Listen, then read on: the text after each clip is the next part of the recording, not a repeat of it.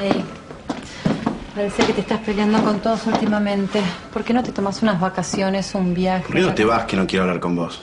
Andate, dale. Chao. Hey, te lo dije bien. Mira, ayer me demostraste que no me podés contener porque estás enamorada de mi viejo, así que no pierdas el tiempo conmigo. ¿Para qué te pasa? Te estoy diciendo que está viudo, que aproveches el tiempo, que es ahora. Andá que te lo enganchás. Pará un poco, nene, pará un poco. Además, tu viejo es buena gente. ¿Por qué hablas así de ¿Qué él? carajo sabés? Si no lo conocés, ¿qué podés saber? Se portó muy mal con mi mamá. A ver, ¿qué? ¿Qué? ¿Le metió los cuernos? Sí. Ah. Y fue muy desprolijo, ¿sabés? Hace años tuvo una amante, María Herrera, que le mandaba cartas, todavía las tiene. Andá a saber quién carajo es una puta que lo quería engancharse. Me faltás el respeto. ¿Y de qué carajo te haces cargo? No me hago cargo de nada, nene, no me hago cargo de nada. Solamente que me está faltando el respeto, eso. ¿Ah, sí? Sí. ¿Qué pasa? ¿Te estás acostando conmigo? No me estoy acostando con él, pero estás hablando como si lo estuviera haciendo. Idiota. Punta ka sa airport, bilis, ngayon na. Bakit? Aalis si Lautaro. Aalis siya. Ano nga alis si Lautaro? Saan siya pupunta? Aalis siya. Linawin mo Sinabi nga, sa akin ni Esme. Martina kaya malungkot siya ngayon. Magkakahiwalay sila. Hindi siya kasama? Aalis siya. Hindi siya kasama. Mag-isa si Lautaro na aalis. Renata, puntahan mo na siya, please lang. Hanapin mo siya. Huwag mo siyang paalisin. Mas mabuti nga kung aalis siya. Magagawa ko ng tahimik ang mga dapat Huwag kong kang gawin tanga, dito. Renata. Ano bang sinasabi mo dyan? Huwag kang magpakatanga. First time mo tong... Sorry ha. Sorry sa sasabihin ko. Pero ngayon ka lang na in love. Ngayon ka lang nakaramdam ng ganyan sa lalaki. Tapos hahayaan mo lang na mawala.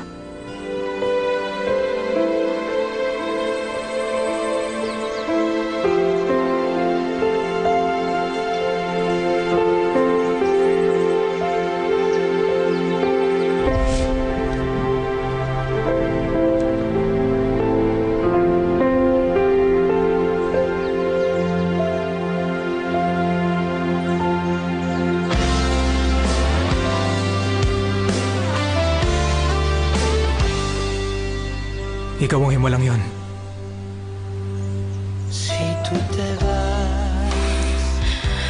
Huwag kang umalis. Sa anong dahilan? Para sa akin. Pero in love ka sa dad ko. Hindi ako in love sa dad mo.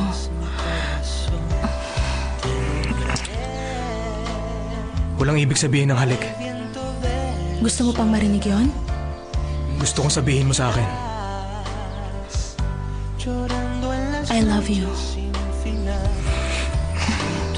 Alam mo ba kung saan yung entrance? Miss, tinatanong kita kung alam mo kung nasan yung entrance. Kanan tayo sa sunod na tulay. Doon sa may sign na airfield.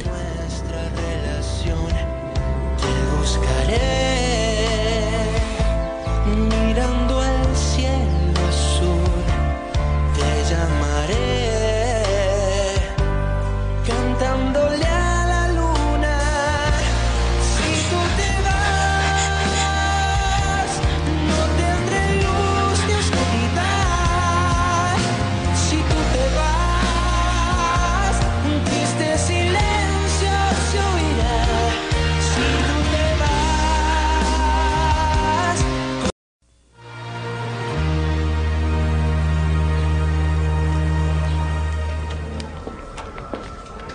Heto na ang info tungkol kay Romero.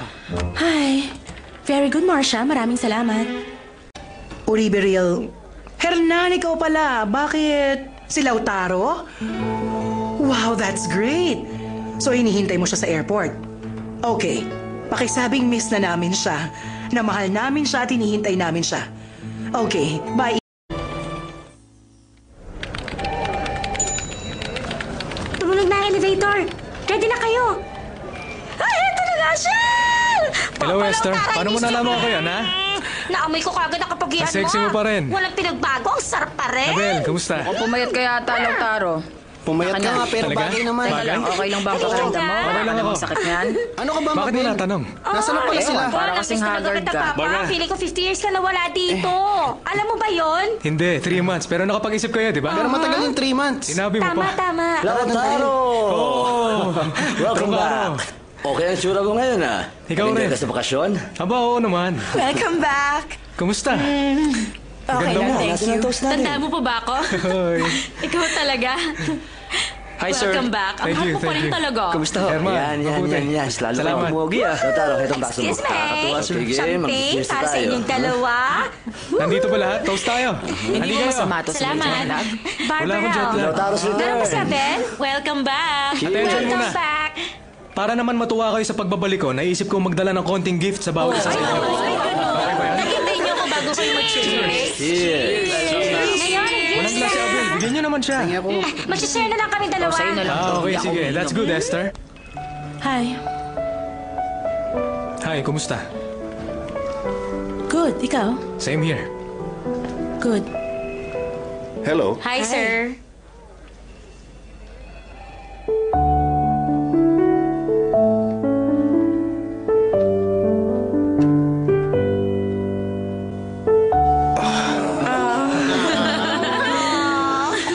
Ako din.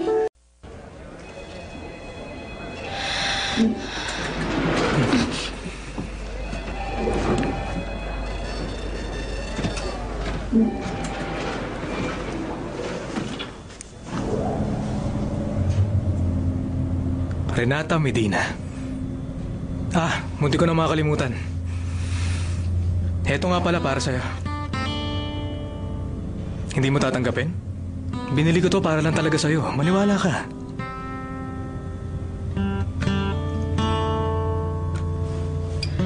Thank you, hindi ba? Thank you. Welcome. Kumusta na pala ang lagay mo ngayon? Nakukuha mo pa rin ba ang lahat ng gusto mo? Huwag mo akong simulan, okay? Hoy, hindi na ako yung dating lalaking makulit Malaki na itulong sa akin ng pagbiyahe ko. Nakapag-isip ako. Isa ka dun sa mga inisip ko at pati na rin ang mga pagkakamali ko. Sisimulan mo na naman ako. Hindi. Hindi ganun. Gusto ko lang magsalita. Kasi nakakapagtaka lang kung paano nagiging mali ang tingin natin sa isang tao. Handa talaga kasi ako nung iwan ang lahat para sa'yo. My family, my friends, girlfriend, trabaho, lahat. Hindi mo in-expect yun, At pinipilit mo pa rin maging kalmado. Pero ang totoo, gusto na kumawala ng demonyo dyan sa loob mo, di ba? Hindi nakatulong ang pag-alis mo, mas lalo ka naging engot. Anong ginagawa mo? Sandali lang to, may gusto lang ako ipaliwanag. Kasi bumalik ako para ayusin ang buhay ko. Understand?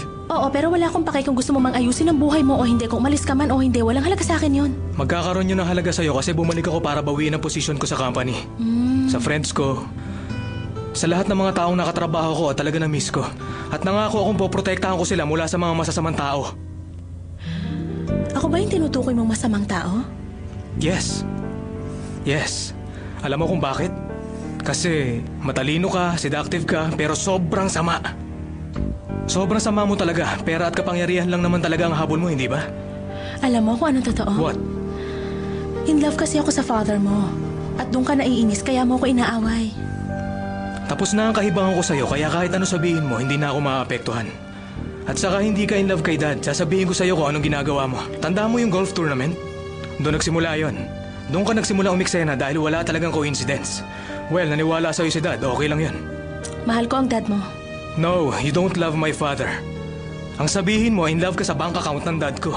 Doon nagsimula ang lahat at nagtrabaho ko na parang isang ahas. Isang matyaga at makamandag na ahas dahil ano bang ginamit mo? Your power of seduction. At na-in love siya sa'yo, ang tanga ng dad ko, ano? Pero alam mo, magkakaroon ka na ng balakid. Alam mo ko sino? Ako.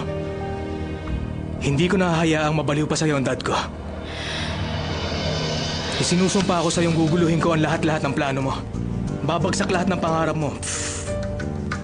At kahit na anong gawin mo, hindi ka magiging Mrs. Uribe.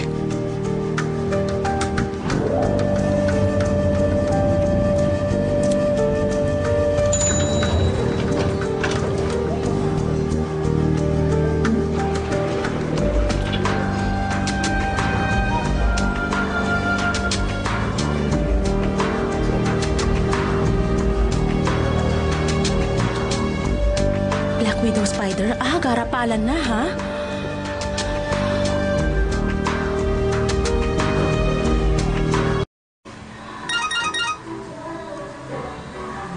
Excuse me.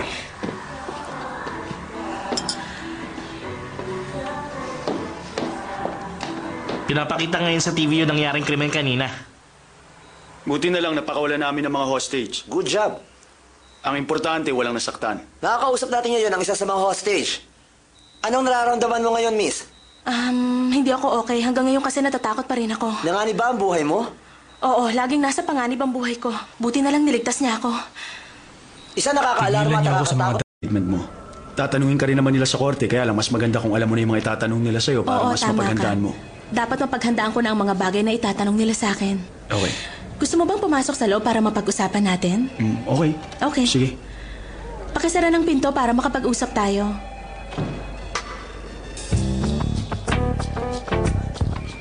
Ganito ba talaga ang buhay mo? Puro adventure? Hindi. Special kasi yung kaso kahapon. Bakit naging espesyal?